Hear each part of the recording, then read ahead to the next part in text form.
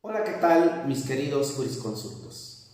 Sean bienvenidos a su cápsula jurídica número 18. Agradezco su preferencia y seguiremos creciendo con el apoyo de cada uno de ustedes. En esta ocasión vamos a escuchar el tema La prueba ilícita y sus límites, de voz de un amigo de nombre Jorge Tadeo González Estrada, quien es nuestro invitado. Jorge Tadeo es licenciado en Derecho por la Universidad Veracruzana. Tiene un máster en Ciencias Jurídicas y Sociales por la Universidad de las Naciones. Máster en Sistema Acusatorio por el Instituto Profesional Educativo del Sureste. Y doctor en Derechos Humanos por esa misma institución. Gracias, amigo Jorge, por haber aceptado la invitación. Te reitero mis sinceros agradecimientos. Es la primera, pero sé que no será la última cápsula en la cual nos ayudarás y compartirás tus conocimientos. Bienvenido a nuestro canal, amigo. Hola, ¿qué tal? Antes que nada quiero mandar un agradecimiento al doctor Joaquín Domínguez Trejo por la invitación a grabar esta cápsula y compartirla con su público. Yo sé que cada vez hay más personas y más juristas que lo siguen y bueno, me honra que me haya invitado a platicar con ustedes. El tema que yo elegí es relativo a la prueba ilícita y sus límites en el contexto del proceso penal mexicano. Y quizá el primer punto que me gustaría tratar es la diferencia que hay entre prueba ilícita y prueba irregular. Entiéndase la prueba ilícita como aquella que se obtiene violando derechos fundamentales. La consecuencia es muy clara desde la Constitución, la nulidad. Esto lo encontramos en el artículo 20, apartado A, fracción novena. La prueba irregular, en cambio, es aquella que se obtiene violando alguna formalidad, alguna ley procedimental o adjetiva. Y aquí las consecuencias no son tan fatales, porque el artículo 99, en relación con el artículo 100 del Código Nacional, permiten que este tipo de violaciones puedan ser saneadas o convalidadas.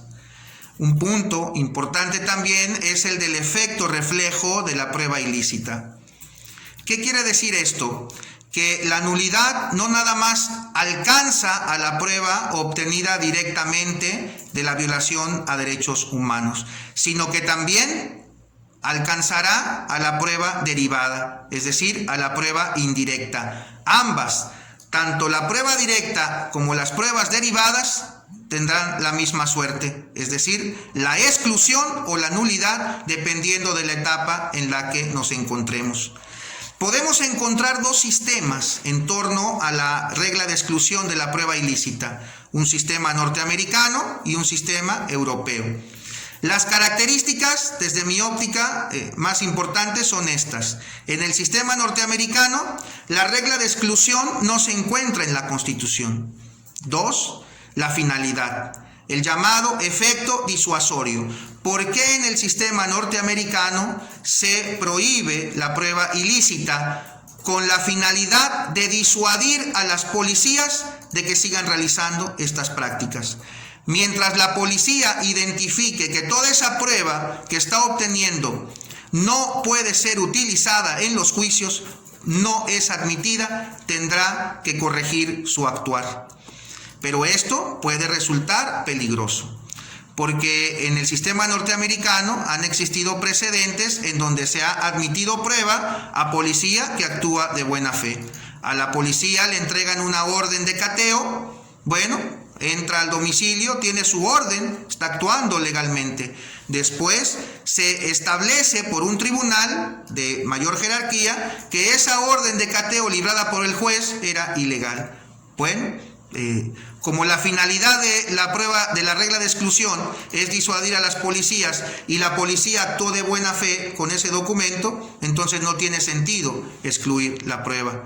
Se ha llegado a admitir prueba en donde es un particular el que violenta derechos fundamentales. Pues si la finalidad es disuadir a las policías y es un particular el que obtuvo esa prueba de esa manera, bueno, pues habrá que admitirlo. En cambio, en el sistema europeo las cosas son distintas, porque aquí la regla de exclusión sí se encuentra en la Constitución. Y dos, la única finalidad de la regla de exclusión es proteger a la Constitución. México creo que ha atravesado diversos momentos, diversas etapas. Creo que no estamos en la mejor de ellas. Recuerdo cuando la Corte en el amparo directo 9/2018, antes incluso, 9/2008, antes incluso de la reforma constitucional, aquí la primera sala estableció algo muy importante. Dijo que la regla de exclusión constituye un verdadero derecho sustantivo. ¿Y en dónde está la importancia de este precedente? Que bueno, si ustedes recuerdan, el artículo 107, fracción quinta de la Ley de Amparo, circunscribe la procedencia del amparo indirecto dentro de juicio cuando se trate de actos que sean de imposible reparación. Y dice, son actos de imposible reparación aquellos que afectan materialmente derechos sustantivos. Luego, si la primera sala en este precedente estableció que la regla de exclusión constituye un verdadero derecho sustantivo, es claro que puede promoverse el amparo indirecto cuando en una etapa intermedia se admite al fiscal prueba que nosotros argumentamos que fue obtenida de manera ilícita. Después, recuerdo el amparo directo 161/2010, un amparo muy interesante porque aquí la Corte se pregunta si un particular puede violar derechos fundamentales, responde afirmativamente y excluye pruebas de un juicio de divorcio, un juicio civil, donde uno de los cónyuges obtuvo correos electrónicos de su esposa.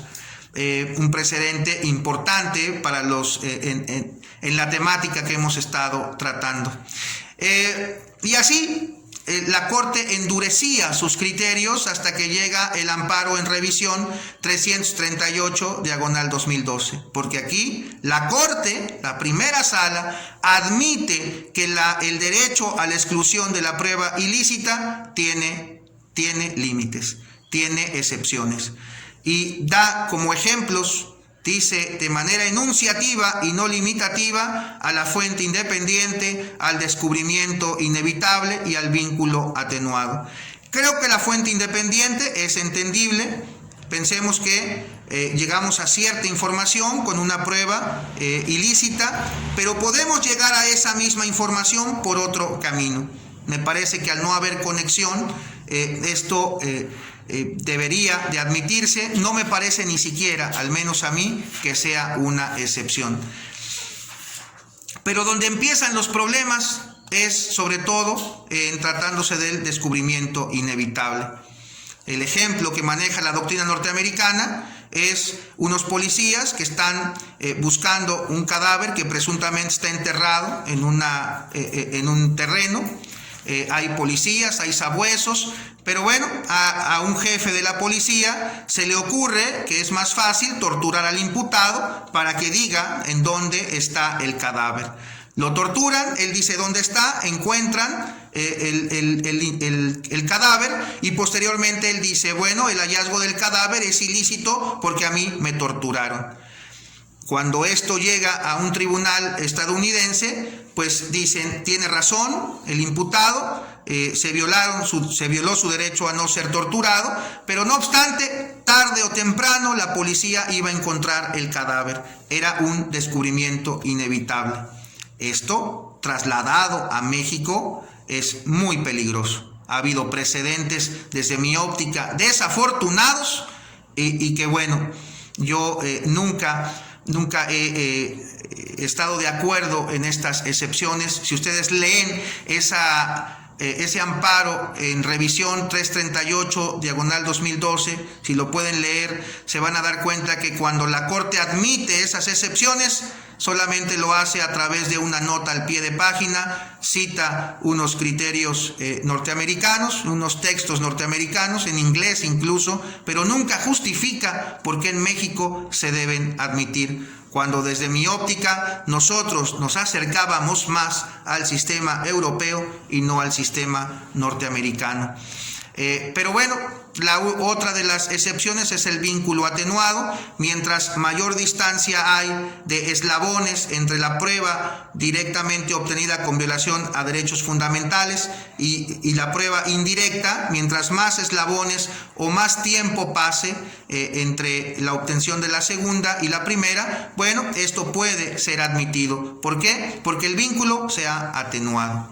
Y así, la Corte ha abierto esta puerta peligrosa desde mi óptica, pero bueno, es importante conocer el criterio para poder después combatirlo y bueno, cuidar que las autoridades en todo caso se ciñan a estas excepciones que hemos platicado.